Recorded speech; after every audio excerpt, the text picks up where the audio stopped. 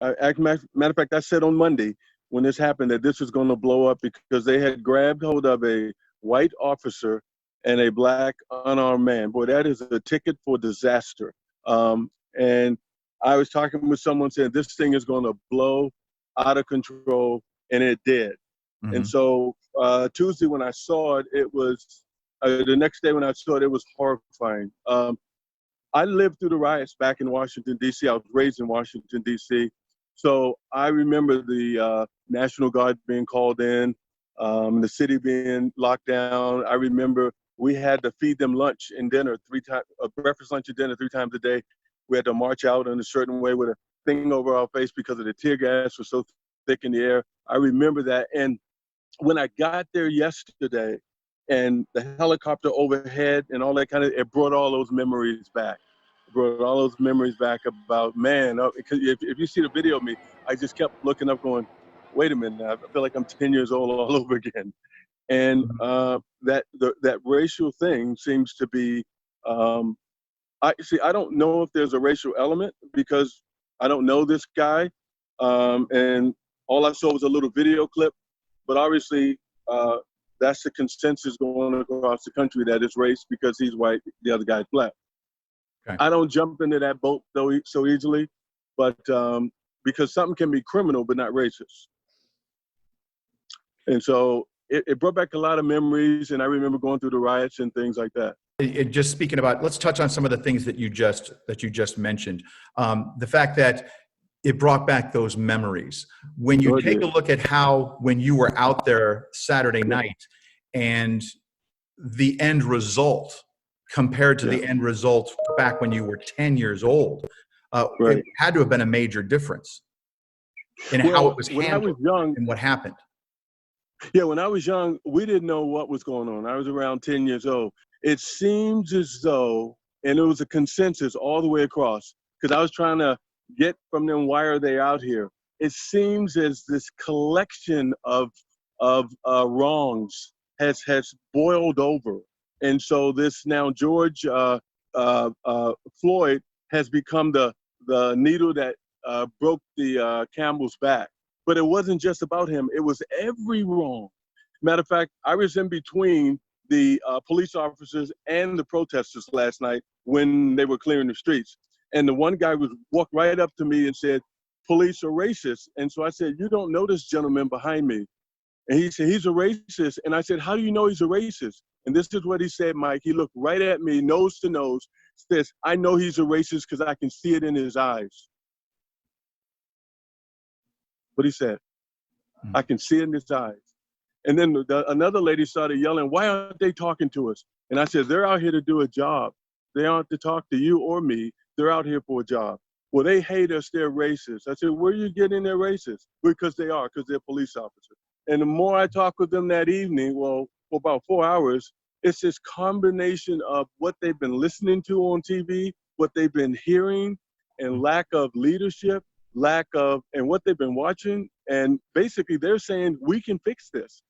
It seems from what you're telling me with all the people that you spoke to that were at the Bakersfield rally, and we'll focus just on that because that's where you were, that, as you said, the George Floyd incident, the beating or the death of George Floyd was the straw that broke it. But it seems like it was just kind of like the spark that sort of ignited so many people's frustrations with a lot of different things.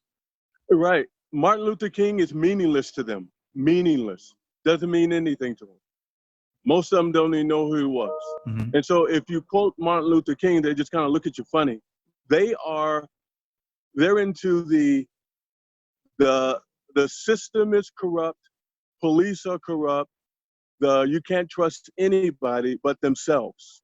And it's when I picked them off one by one, pulled them off to the side, and I was talking with them individually, they begin to crack and realize, they say, well, I talked to one guy, Carlos. I said, Carlos, what if I said all Hispanics are racist? And he said, well, that wouldn't be right. And I said, and so he go, fist bump, because he said, you got me. I said, Carlos, why are you yelling all police are racist? He said, nah, because that's what I got to do now. There were a few windows that got broken. The BPD headquarters itself was vandalized a little bit. But do you sit back after all of this and think to yourself, this could have been worse, and then why wasn't it? Mike, I saw in that crowd last night an undertone that at any moment we can be LA, we can be Minnesota at any moment. I saw in their eyes, they were looking for a reason to destroy things. Not all of them, but I can tell the difference. And I was out there amongst them for a long, long time. I got to tell you, when it started getting dark and they climbed up on the police steps, and I ran up there behind them, in between the police door and them, they were banging on that door. I could see in their eyes that their goal was to take that door down. And I looked in there and saw the police in there thinking, I'm in between these two. This is not cool. So I said, you guys got to back away from this. And they did. But I'm telling you, there's an element within this group that is ready and willing to take it to the next level. Do you think it would have been a different outcome if the people you're talking about were able to breach the doors and went inside, seeing the officers in there? I was inches from them. I could see it. What I could see in their eyes and on their faces was that they were going to destroy the Bakersfield Police Department. They weren't just going to yell at them. If they would have got through that door, it would have been anarchy. Absolutely. Not all of them, but the ones that were up on that stage, up on those steps. You have honestly worked with different police chiefs of different backgrounds, race and whatnot. And from an overall standpoint, how would you rate the Bakersfield Police Department? Bakersfield Police Department is way ahead of the game. I think they are. I think they're a class act above reproach. But I also think the times are changing so rapidly that what worked 5, 10, 15 years ago is not going to work next month. But the enemy, and I mean those that are set out to hurt this country, they are looking to take down the authority structure. And they don't care if they're Bakersfield, LA, Minnesota, they don't care. Not confront them, engage them, be there, listen to them, hear them. I listened to a lot of them yesterday, didn't agree with much of what they said. The language was atrocious, but I listened to them. And you know what they told me at the end of the night? One guy, and I got a little video clip of it, he came out of the crowd when we were facing everybody and people were yelling. He walked up to me. One guy said, "Hey, I appreciate what you said earlier, and I'm going to think about that." And then he jumped back in the crowd, he and his girlfriend, and they were one of the protesters. And I caught a little videotape of that, but he said, "Thank you for what you said." So I think engaging them, being there, listening to them, doesn't mean you agree, respecting them, but even knowing that it can be very dangerous. It looks scary on TV, and it is in certain areas. You have to be careful. But I think for the most part, they want people to listen to them. And it's not all about racism. It's not all about police brutality. It's just simply that they're using this as an opportunity, as a play. Like the people that were holding the sign yesterday, Mike, with Black Lives Matter, all of them had the sign. When I began to pick them off one by one and kind of pull them away from the thing, where'd you get the sign from? I don't know. Somebody gave it to me.